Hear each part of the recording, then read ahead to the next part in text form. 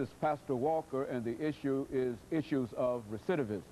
And of course, Reverend Walker, before we had our first commercial break, we promised that we'd give you an opportunity to continue some of the issues and some of the things that you think cause these individuals to go out, get out of the system, and then go back into the system and back and forth. Well, I think, Dr. Haney, one thing that we have to really be clear on is the fact that some people go back into the prison system, they're reincarcerated because they, during the period of time while they were there, they didn't try to better themselves. They didn't try to do anything different. They had a mindset that I'm going to come out here and I'm going to do my thing no matter what. So they did that, you know, and they get reincarcerated and stuff like that. You know, you got that. That's there. And then you've got other people that maybe get reincarcerated because they get out and they got doors slammed in their face and they get frustrated, and because they don't have a solid support system there to help them through those rough moments of time, then they'll end up, you know, maybe absconding from parole supervision by not reporting to the parole officer, or going hanging out, or even recommitting another, committing another crime.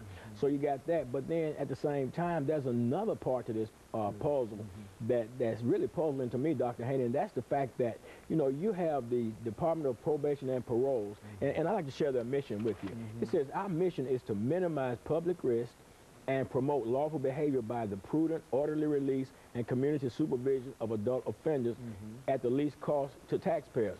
Now, that's a great, that's a great mission statement, you know, to be able to supervise these adult individuals and stuff like that, making sure that they're on course and everything like that. But the reality is that's a myth. That's not really what's happening in terms of the experiences that I've had with the probations and paroles, and more so in particular Mr. Gary Tullock, who's the Director of Field Services. Because Dr. Haney, we developed a program. God empowered us to develop a program that has 42 guidelines, and then we have a fine system in place that we use as leverage to enforce those guidelines. Everybody knows that in society, you know, if you go down the street speeding, you get pulled over and given a speeding ticket, you got to pay a fine. You know, they supervise you on parole. If you don't pay, you know, parole fees and all that stuff, they'll violate you and all that stuff like that.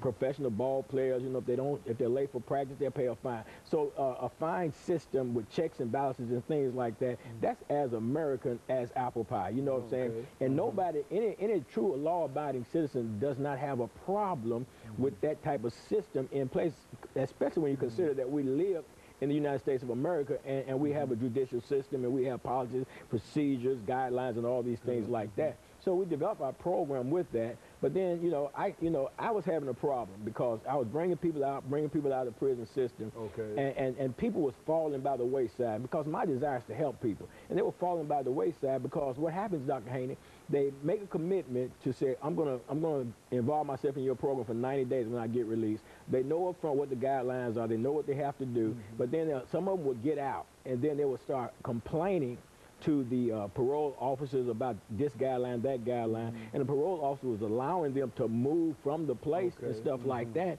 And then what happened was the person, they moved from the structured environment that they had paroled into, and now they're out there failing. So they actually been set up to fail in a situation like that. By taking them out the program itself. By taking them out the program.